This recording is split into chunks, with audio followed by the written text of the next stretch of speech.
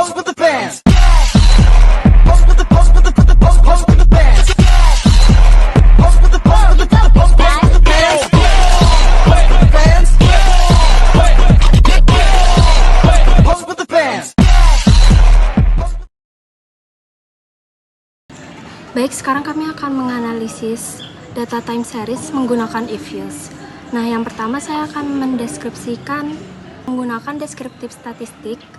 Yang pertama kita akan buka file, lalu pilih new, lalu di sini kita akan membuka lewat work file. Nah, di sini untuk work file struktur type kita ganti menjadi unstruktur. Lalu untuk data range itu atau jumlah data itu kita masukkan 32 karena ada 32 data yang akan kita observasi. Lalu untuk work file names itu kita buat menjadi CS. Klik OK.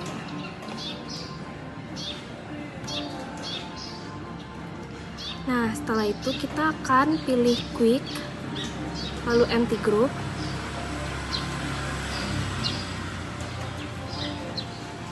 Nah, di sini kita akan pergi ke Excel. Jadi di Excel ini sudah ada data yang kita buat dari years, return, sentiment, arus, dan hutang. Nah, dari ini kita akan copy semuanya.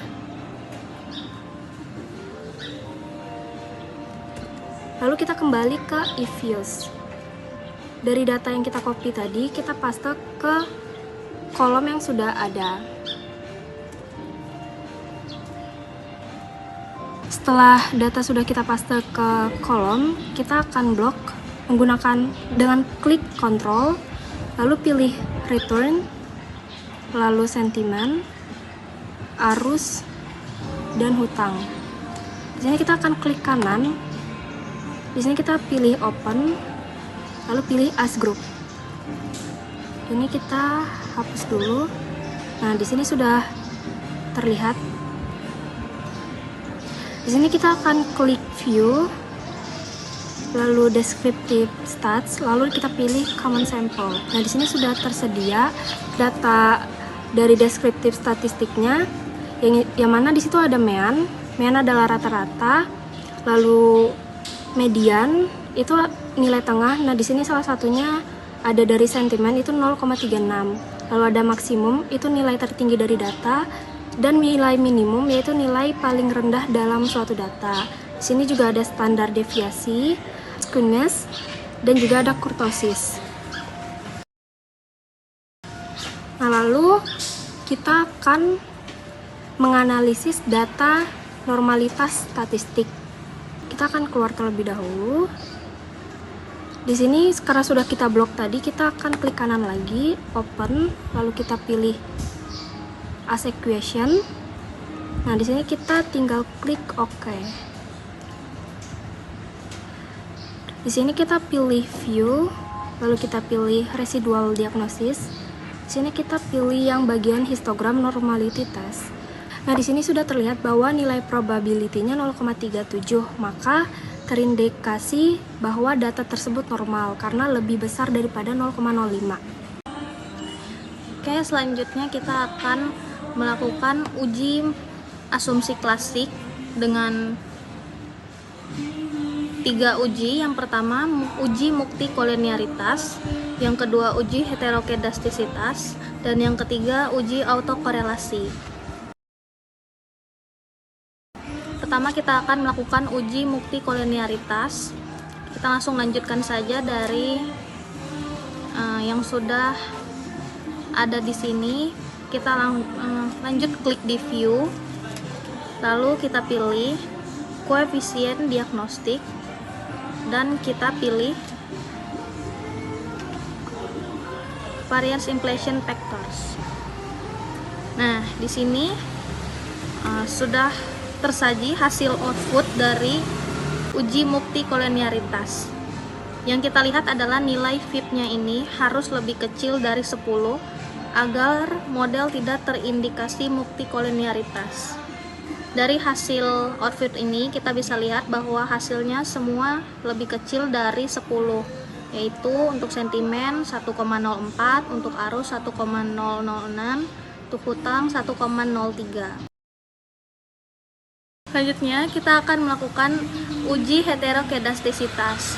Kita klik view, lalu pilih residual diagnostik dan pilih heterokedasticity test.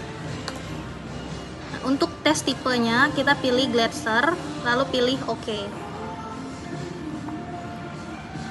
Nah, di sini sudah nampak hasil dari uji heterokedastisitasnya. Yang kita lihat adalah hasil probability chi-square-nya ini harus lebih besar dari 0,05.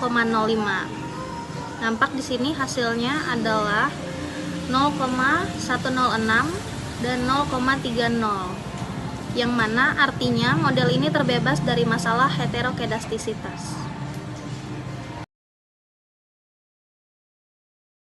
Oke, selanjutnya setelah kita ketahui tadi dari nilai heteros, sekarang kita akan coba uji data kita dengan uji autokorelasi. Nah, cara untuk kita menguji autokorelasi ini adalah yang pertama kita klik view, kemudian kita pilih residual diagnostik, lalu kita pilih yang serial correlation. Nah, tampak di sini bahwa output dari data kita.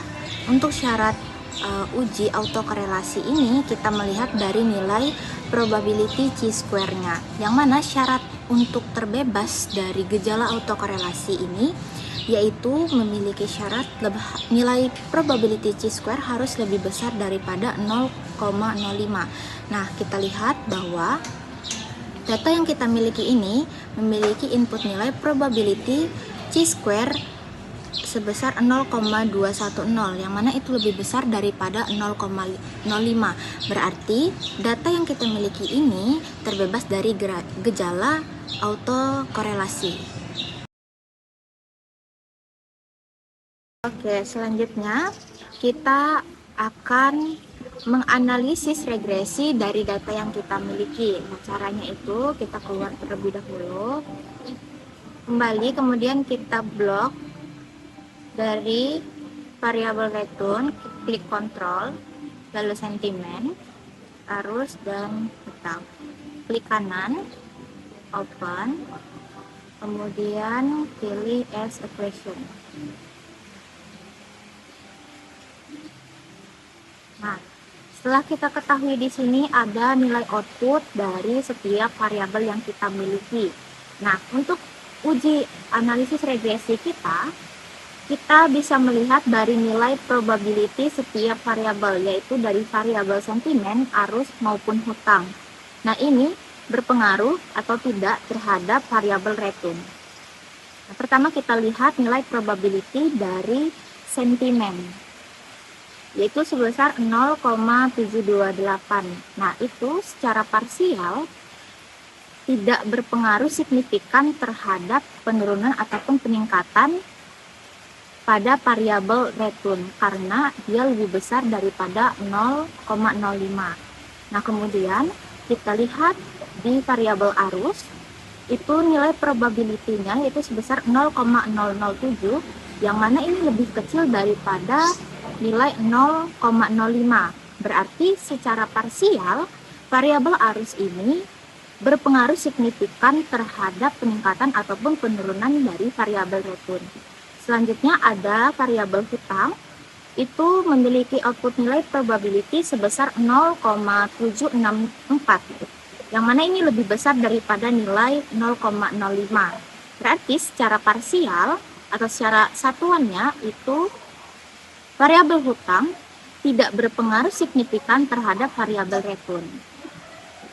Nah, selanjutnya untuk kita mengetahui bagaimana secara keseluruhan dari setiap variabel antara variabel sentimen, arus, ataupun hutang ini berpengaruh signifikan atau tidaknya, atau secara simultan, bisa kita lihat dari output nilai probability F statistik, yang mana itu memiliki syarat harus lebih kecil daripada 0,05 agar hipotesisnya dapat diterima.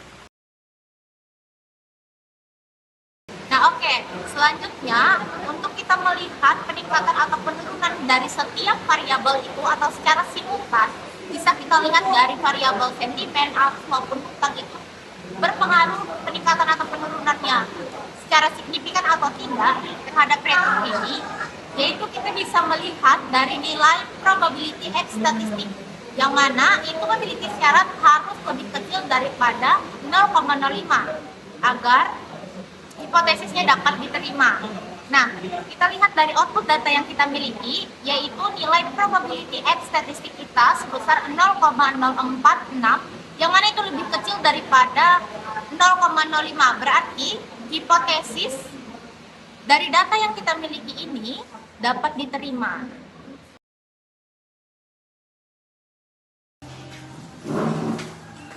Oke, jadi kita tiba di analisis yang terakhir. Ada analisis koefisien determinasi atau adjusted R-square dan interpretasi output atau hasilnya. Jadi sebelumnya aku mau ngejelasin terlebih dahulu apa itu uji koefisien determinasi atau adjusted R-square.